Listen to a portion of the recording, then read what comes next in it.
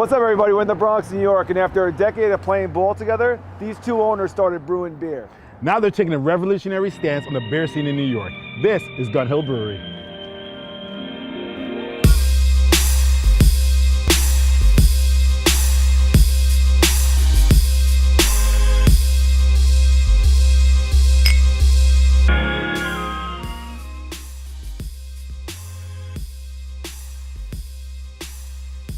We've been drinking Gun Hill since they opened. A nice brewery like this, a brewery that has a ton of selections, you'll find something that you like.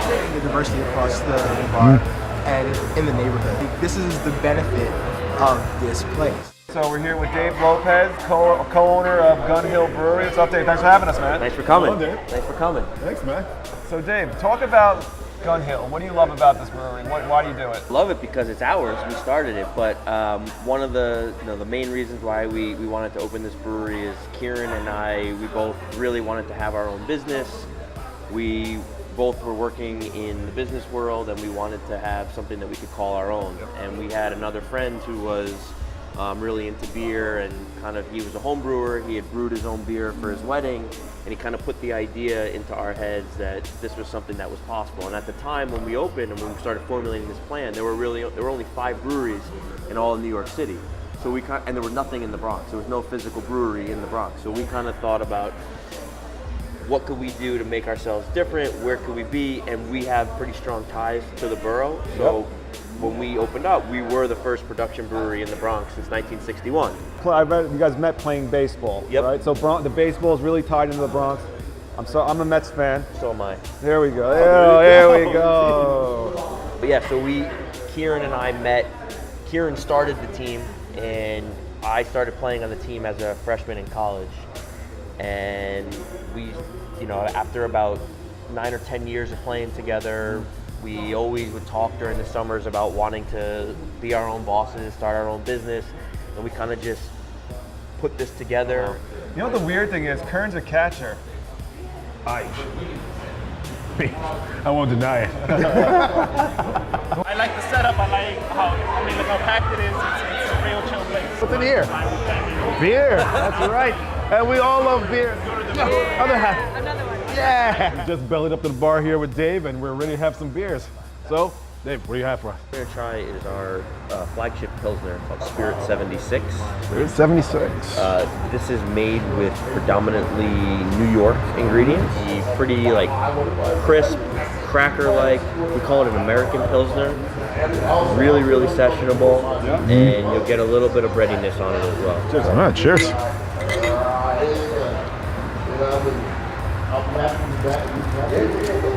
Wow. Oh, wow. Color, look at it. It's this beautiful straw color. Almost clear. It's almost there, but we don't filter any of our beers. Yep. So Not that's at all. all natural. That's all natural. That was the beer we gravitated to. Very good. Really light. I'm not into the whole IPA thing, too heavy, so if this is like your go-to, you just want to chill beer, this is my go-to for the day. This is Fog of War, which we call a tropical smoothie or fruit smoothie IPA. So it is technically in the New England style IPA vein. Yeah, that's a fruit smoothie. So All the way. I'm not really sure if you get the apricot in there, but there's a lot of different fruit flavors that are going on. You know what, I will say this. To the tail end of this, you really do pick up a lot of fruit, but the apricot does come through very, very last minute. Subtly comes through I there. gotta tell you, I don't know that I've ever really eaten too much apricot on its own. Nobody has. You expected it to be a little bit more sour than it was, and it wasn't, so which made it a lot more refreshing. This is our flagship stout called Void of Light. We actually won the GABF gold medal for it. You'll get a lot of notes of espresso, some dark chocolate in there. It's one Which you can tell why you named it that. Clearly. Sweet, smooth, that caramel, that coffee, that espresso. You can't get that up, right? Good first out. Very good first out. Let's give it a go. Color's beautiful. It's totally black. There's nothing getting in there. The head's got a nice tan coffee color, which is beautiful. Great lace. Originally, it was designed It's also known as a tropical stout. So originally, just like the IPA was originally brewed to go over to India, this was originally brewed to go down to the West Indies. I grew up in a very Irish community, so we drink a lot of Guinness. That explains a lot of this. That explains a lot of what's going on right now. A lot of every day. drinking. I can see this as it warms up a little bit, opening up even more. Yeah. Right? I can already tell, like as I'm drinking it, spinning it, it's opening up the coffee flavors coming out even more. You definitely get more of the espresso notes to it. Yeah. You know, and if you're getting that with this, just imagine what you get when you add anything to this beer. Like that's when everything really starts coming I out. had the barrel aged version, and it was freaking awesome. And I think it's just like an easy drinking stout. Like it's just a nice beer. I'm taking my time with it. Milking it. Yeah, I'm gonna savor this. Maybe I like extreme taste. You like the extremes? I don't mind going for sour. I don't mind going for an IPA. It just, if it's a good beer, I'm going for it. So we're moving on. So what do we have here? This is our Void of Light that we then took we took and put in one of those Grundies that I was mentioning earlier. Right. And we added maple syrup, bacon, and Tennessee ham to it. What? So you know how usually you talk about IPAs being dry hop? We call this a dry hammed beer. Dry ham beer. Dry hammed beer. This is the foreshadowing you did before, because so you took, this is the Void of Light, Void of Light. you threw a little bit more stuff into it, and now this is where we're at. And But because we also added the maple syrup to it, it also fermented a little bit further. So this is actually 11%. it gained 3%. It gained. Yeah. Wow. Wow. Yeah. Bacon That's a and big. maple syrup does the things.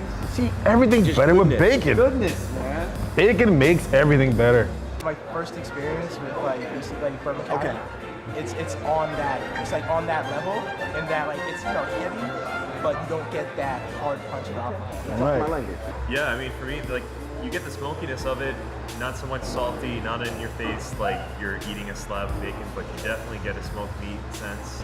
Brewery like Gun Hill in the Bronx, trying different flavors, pushing the envelope, coming out with maybe 20 different, 30 different flavors a year. It's insane.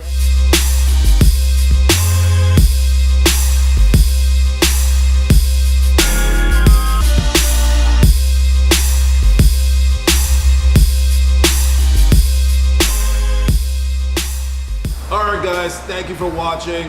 We're wrapping up here at Gun Hill. It was delicious, a lot of great beers here today. Thank you, Dave, for having us down. Thank you guys This for was amazing, coming. Yeah, man. thanks for coming. Thank you.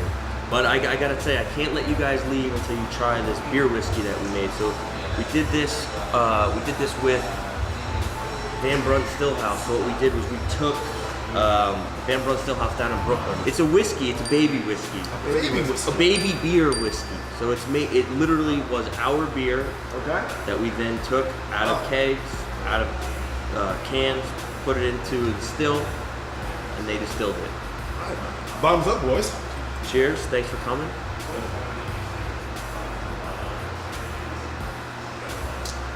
Ooh. So this is almost like, I'd hate to say it's a little ginny. Little juniper.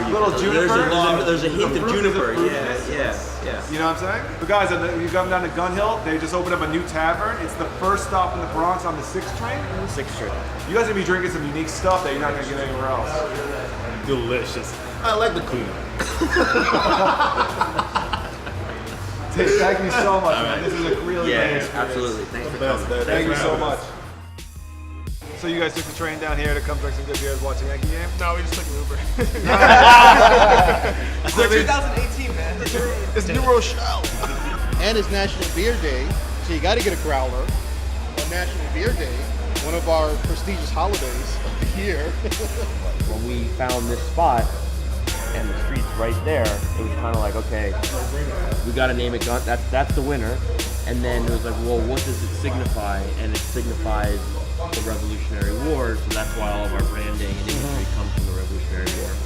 Let's reiterate, we won England. We kicked your ass. Go home, Redcoats. You're not welcome here. Well, it's been a long time, so maybe.